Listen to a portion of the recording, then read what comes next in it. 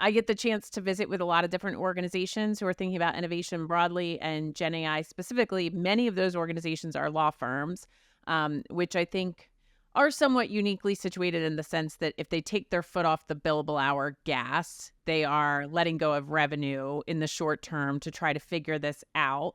And so that might be slightly different from the AAA, but I also imagine in any organization, you're asking people to carve out some time, either in addition to or replacing things that they're used to doing or feel a real obligation to do. Was that a challenge as you were leading the organization to help people feel supported to do that? I do.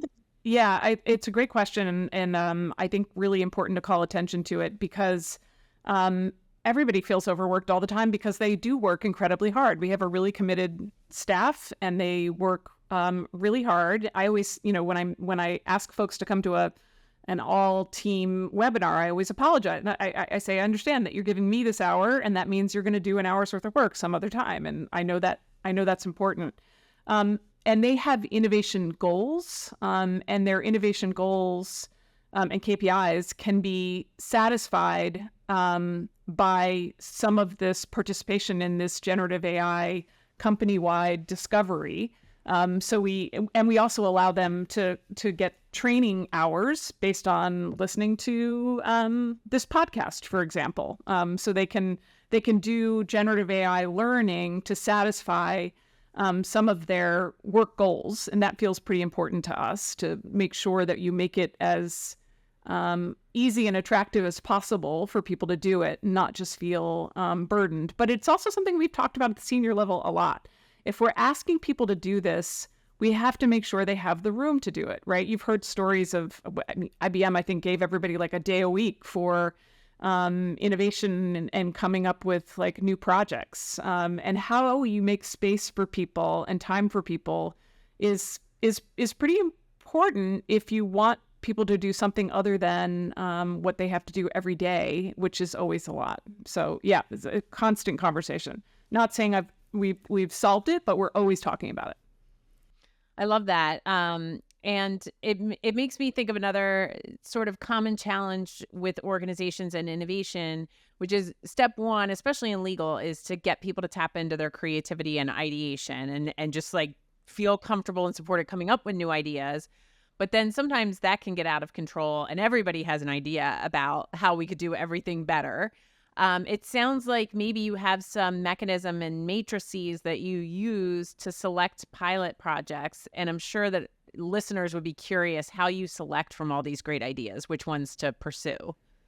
Yeah, we do. And again, we're lucky to have this structured innovation program because that's, given us a lot of opportunity to build muscle around how to get the information you need to decide whether you want to invest more in any idea that comes through. So not just generative AI ideas that come through our pipeline, although now we have so many of those. We're applying those same matrices and same sort of checklists to those ideas, but all ideas. So, like you said, you can get people so good at ideating that you have far more ideas than you have resources to pursue. And how do you sort of choose between them? So that's a pretty important part of our innovation pipeline and that's why we have go teams and design sprints and ways to get input, quick and dirty input from users before we move forward with anything. Our approach to the generative AI ideas, which we have so many of them now, is a little bit different right now than a traditional kind of cost benefit analysis because we are all learning. We're learning some new things that make a little more experimentation at this stage worthwhile because we know that the training for the engineers who are building the new products and tools is pretty important for getting ready for bigger bets. So we're willing to build things that are just going to cost time from engineers and from innovation leaders who are getting feedback from users and aren't going to bring in any revenue at all, but they're still valuable at this stage. And then otherwise, I think some of the questions do fit into the traditional buckets about, how we decide which ideas to move forward with.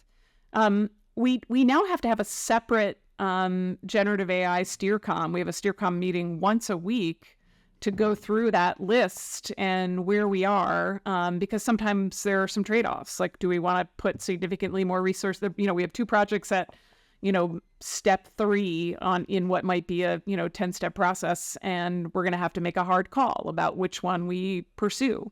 Or do we want to slow down all of them to pursue a much bigger bet? And how do you prepare for the bigger bets while you're learning? So there's a lot of kind of complication around it. I think that having a excited and talented team is the whole ball game. Honestly, like, it's not something anybody could do by themselves. Like, you need your whole leadership team involved in these conversations.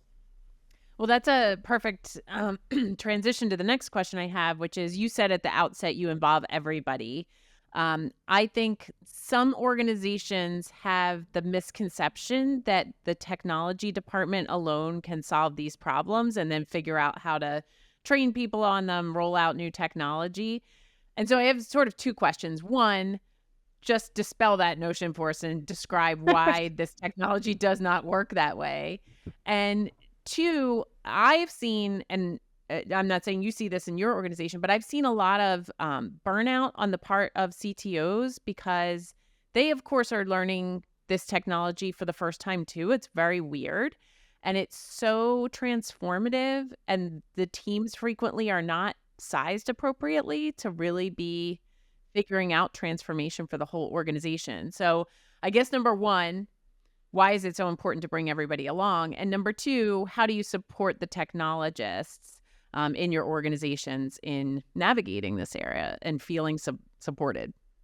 Yeah, they're both excellent questions. I have said, you've heard me, in a lot of our presentations together, it's not your IS department, your IT department is not your R&D lab with this technology. It's your entire staff. Everybody is your R&D lab. Jason Cabrera in marketing is, doing like incredible R&D work for us right now. He's just figuring out what are the ways in which this can really impact our jobs in a positive way, so we can move the parts of the job that the technology can do easily to the technology, and we can do the other parts that make a difference for the users who depend on us.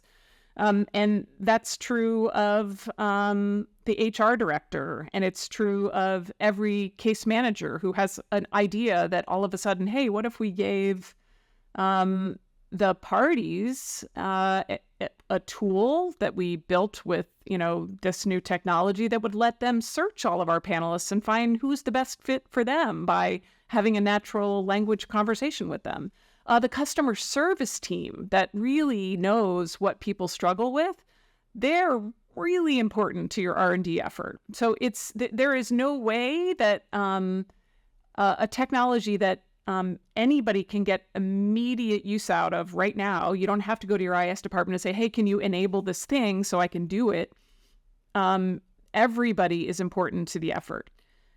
How you support your IS teams or IT teams, we call it IS, so I know some people call it IT, is a really important thing to start talking about early, because again, there's no manual, there's not really like a training program for engineers. They're all learning together on GitHub and like learning from one another about how to figure all this out. But giving them the freedom to learn, and some time to learn, and some time to play with the tools, and some support to the extent you can do that. We have some consultants in Tel Aviv that we let our lead generative AI engineer Yogesh meet with their lead generative AI engineer Yoel, and they can basically talk to one another about the weird things they're discovering. And we have always traditionally had a bigger offshore bench to support our IS team in just building when we have more to do than we have capacity in-house. And that team has actually been crucial in giving us support. But I think that, resources are it is very smart to probably think about resourcing your IS teams and your data team, if you have one, pretty to give some serious consideration to sending resources that way. So we've been doing a lot of that.